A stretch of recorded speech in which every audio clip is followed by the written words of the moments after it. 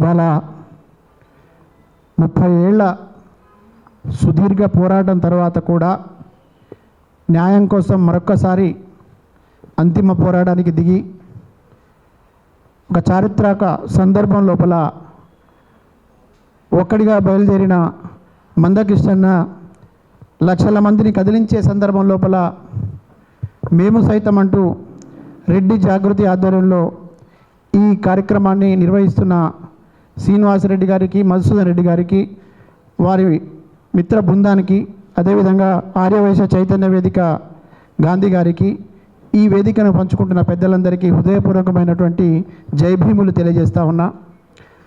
మరి ముఖ్యంగా ఈ కాలపు నెల్సన్ మండేలా అన్నారు అందరూ. నిజంగా ఒక పోరాట యోధుడు, ఆదర్శ నాయకుడు, ఈ దేశంలో అట్టడుగున ఉన్నటువంటి వర్గాలకు గొంతుకగా కేవలం ఒక జాతికి మాత్రమే కాదు, పేదల వర్గం అంతా నా వర్గమే అని భావించి తన జీవితాన్ని త్యాగం చేసి ఇంతకాలం మనతో ప్రయాణం చేసి మనతో పాటు ఇంకా ఉద్యమించడానికి సిద్ధంగా ఉన్నటువంటి మాన్యశ్రీ మందకృష్ణన్న గారికి హృదయపూర్వకమైనటువంటి జైభీములు తెలియజేస్తూ ఉన్నా. మిత్రులారా, చాలా సంతోషం. నిన్న మొన్నటి వరకు కొందరు మేధావులుగా అవుతున్నటువంటి వాళ్ళు, విజ్ఞానవంతులుగా చలామణం అవుతున్నటువంటి వాళ్ళు, అంబేద్కర్ ఆలోచనలే మా మార్గమని చెప్తున్న వాళ్ళు ఆచరించలేని పనిని ఇవాళ రెడ్డి జాగృతి ఆచరించి చూపిస్తూ ఉంది. మీ అందరికీ హృదయపూర్వకమైనటువంటి ధన్యవాదాలు, కృతజ్ఞతలు తెలియజేస్తూ ఉన్నా. ముందుగా మనం మనుషులం, మానవత్వం కలిగిన వాళ్ళం, మానవీయ కోణంలో ఆలోచించాల్సిన వాళ్ళం, మనిషిని మనిషిగా చూడాలనేటువంటి తలంపుతో ఎదగాల్సిన వాళ్ళం, మనిషికి కష్టం వచ్చినప్పుడు తోటి మనిషిగా నిలబడాల్సినటువంటి వాళ్ళం. ఆ వర్గంగా ముందు మనం అనుకోవాలి.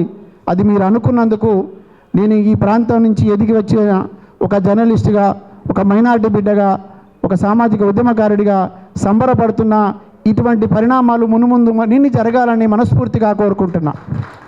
విషయానికి వస్తే, ఇవాళ మాదిగ రిజర్వేషన్ పోరాట సమితి పేరుతో 30 ఏళ్ల పాటు ఒక్కడు ప్రొఫెసర్ గారు చెప్పినట్టు ఎక్కడో మారుమూల పల్లె నుంచి మొదలుపెట్టి ఢిల్లీ దాకా అనేక మార్లు అనేక సందర్భాల్లో నేను అనుకుంటున్నా, భావిస్తున్నా, నాకు తెలిసి ఈ దేశ చరిత్రలో ఒక్కడిగా బయలుదేరి ఉప్పెనలా ఉద్యమాన్ని నడిపించి విజయవంతమైనటువంటి సభలు నడిపించి లక్షలాది మందిని ఒక్క పిలుపుతో పిలిపించినటువంటి నాయకుడు మరొకడు లేరు, ఒక మందకృష్ణ మాదిగ గారని సందర్భంగా నేను చెప్తూ, ఇంత గొప్పగా జరిగినటువంటి ఈ మహోద్యమంలో కొన్ని శక్తులు అడ్డుపడతా ఉన్నా, కొందరు వ్యక్తులు అడ్డుపడతా ఉన్నా, కొన్ని వ్యవస్థలు అడ్డు తగులుతూ ఉన్నా, మొక్కవోని దీక్షతో, ఆత్మస్థైర్యంతో, బలమైనటువంటి విశ్వాసంతో ముందడుగు వేశారు. ఇది ఈరోజు కూడా మనం ఒక మాట చెప్పుకోవాల్సిన అవసరం ఉన్నది. ఇవాళ రెడ్డి జాగృతి కూడా మందకృష్ణ మాకు మాదిగలకు సంబంధించిన ఒక జాతి బిడ్డ అయినప్పటికీ మాకు స్ఫూర్తిదాయకం. మేము చేసేటటువంటి ఉద్యమాలు మందకృష్ణ గారిని చూసి మేము చేస్తున్నామని చెప్పుకునే పరిస్థితి వచ్చింది. కేవలం రెడ్లు మాత్రమే కాదు, నేను ఒక మైనార్టీ బిడ్డగా కూడా చెప్తున్నా, ఏ కులంలో ఉన్నా, ఏ మతంలో ఉన్నా, ఏ వర్గంలో ఉన్నా ధనికులంతా ఒక పక్షం ఉంటారు, పేదలంతా ఖచ్చితంగా ఒక పక్షం ఉంటారు.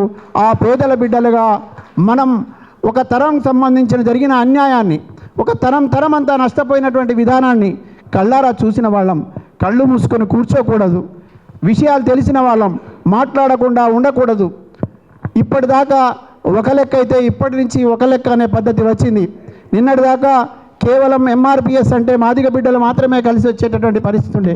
ఇవాళ మంచికో చెడుకో, అదృష్టమో దురదృష్టమో, లేకపోతే ఒక అన్యాయం జరుగుతున్నప్పుడు న్యాయం వైపు నిలబడాలనే ఒక బలమైన తలంపు రావడమో కానీ, ఇవాళ ఈ రాష్ట్రంలో, ఇదే ప్రాంతంలో, ఈ ప్రాంగణంలో 84 బీసీ కులాల అన్నదమ్ములందరూ కలిసి వచ్చి మందకృష్ణ నువ్వు ఒంటరి కాదు, నీ వెంట మేము ఉన్నామని చెప్పినారు. అదే కాకుండా మైనారిటీలు మద్దతుగా ఉన్నారు. ఇవాళ అగ్రకులాలు పేద కులాలనే భేదంతో అగ్రకులంలో ఉన్నటువంటి ఆధిపత్యం చెలాయిస్తున్నటువంటి వాళ్ళు, ధనికులుగా మారినటువంటి వాళ్ళు కూడా కనీస మర్యాద ఇవ్వలేని పరిస్థితి అగ్రకులాల్లో కూడా ఉన్నది.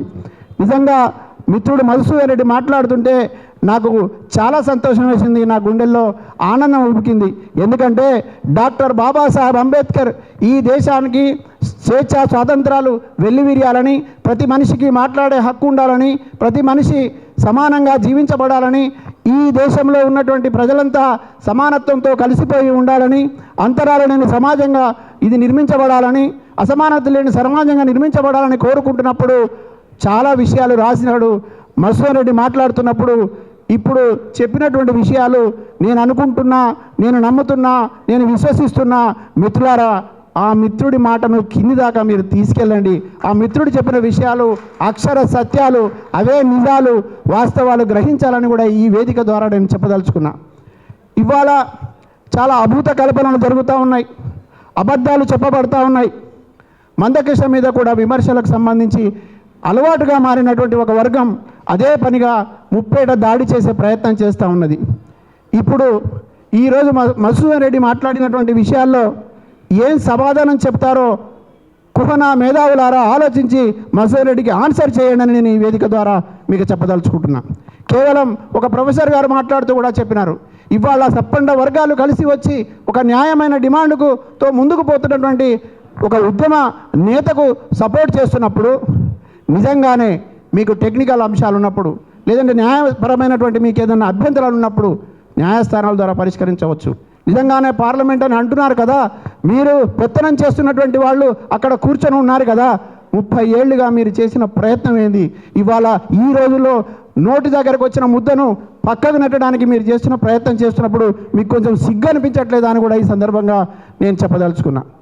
అంతిమంగా ఏది ఏమైనా ఇవాళ ఈ దేశంలో మరో ప్రజా ఉద్యమానికి సంబంధించి మరో పేదలందరూ కలిసి ఒక వర్గం అని చెప్పేటటువంటి ఒక సంకేతం వెళ్ళే విధంగా ఈ ఉద్యమం రూపుదిద్దుకుండా అనడానికి ఇవాళ ఇక్కడ జరుగుతున్న సభనే ఒక నిదర్శనం అని కూడా నేను ఈ సందర్భంగా చెప్పదలుచుకున్నా. ఇక్కడ ఉన్నటువంటి వాళ్ళలో చాలామంది యువకులు అన్నారు, ఆలోచించమని నేను అడుగుతా ఉన్నా. అంబేద్కర్ కొందరివాడు కాదు, అందరివాడు. అంబేద్కర్ కేవలం ధనికులకు సంబంధించో లేకపోతే కొన్ని ఫలాలు వచ్చినప్పుడు ఆ ఫలాలు మేమే తీసుకుంటామనే వారి కోసం కాదు. ఎవరికైతే అందడం లేదో వాళ్ళకు చిట్ట చివరి వాడి దాకా అందాలని, ఒకవేళ అందకపోతే ఎవరైతే దోచుకుంటున్నాడో వాడిపై దాడికి దిగి అవసరమైతే వాడి దగ్గర గుంజి పేదవాడికి పెట్టమని చెప్పినాడు. ఇవాళ మనమందరం ఆ పని చేస్తున్నామని నేను అనుకుంటా ఉన్నా. ఈ మహత్తరమైనటువంటి సందర్భం లోపల, ఒక చారిత్రాత్మకమైన సందర్భం లోపల ఫిబ్రవరి 7వ తేదీన ట్యాంకు బండ్ పైన 1000 గొంతులు లక్షల డప్పుల కార్యక్రమం ఒకటి మందకృష్ణ పిలుపు ఇచ్చి ఉన్నాడు. మరి ఇప్పుడు ఈ లక్షల డప్పులు కొట్టేది మాదిగలు కదా, ఈ 1000 గొంతుకులు వినిపించేది మాదిగలు కదా, మరి మనకేం పని అనేటటువంటి పరిస్థితిలో కొంతమంది మాట్లాడుతూ ఉన్నారు. ఒకసారి రెడ్డి జాగృతి నిర్వహిస్తున్నటువంటి ఈ సభ ద్వారా మీరు తెలుసుకోండి, ఇది ఒక పెద్ద సందేశం ఇస్తూ ఉన్నదని కూడా చెప్తా ఉన్నా. ఎక్కడైతే ఒక మనిషి కలిసి ఒకరికొకరు సహకరించుకునేటప్పుడు మన కష్టంలో డప్పున్నది, మన దుఃఖంలో డప్పున్నది, మన ఆనందంలో డప్పున్నది, మన వేడుకలో డప్పున్నది. అవునా కాదా? ఒకసారి ఆలోచించమని నేను వేడుకుంటా ఉన్నా. మరి ఆ డప్పుకి ఇప్పుడు కష్టం వచ్చింది, ఆ డప్పు ఇప్పుడు ఆపదలో ఉన్నది, ఒక సహాయం అడుగుతూ ఉన్నది. నీకు పుట్టినప్పటి నుండి సచ్చిందాకా మనతో తోడుగా ఉండేటటువంటి ఆ సోదరుడికి ఒక్కసారి ఒక చారిత్రక ఉద్యమం జరుగుతున్నప్పుడు, ఓ సాంస్కృతిక విప్లవం లాగా ఈ రాష్ట్రం దేశం మాత్రమే కాదు మిత్రులారా, ఫిబ్రవరి 7వ తేదీన ప్రపంచం నివ్వరపోయేలాగా గిన్నిస్ బుక్ రికార్డు సృష్టించబోయేటటువంటి ఒక సాంస్కృతిక ఉద్యమం ఫిబ్రవరి 7న జరగబోతా ఉంది. అందులో మనందరం కూడా భాగస్వాములు అయ్యేటటువంటి అదృష్టం కల్పించిన మందకృష్ణకు కృతజ్ఞతలు చెప్పాల్సిన అవసరం ఉన్నది. ఈ చారిత్రక సందర్భంలో నువ్వు అటా ఇటా అన్నప్పుడు నువ్వు ఎటు అని తేల్చుకోవాల్సిన అవసరం ఉన్నది.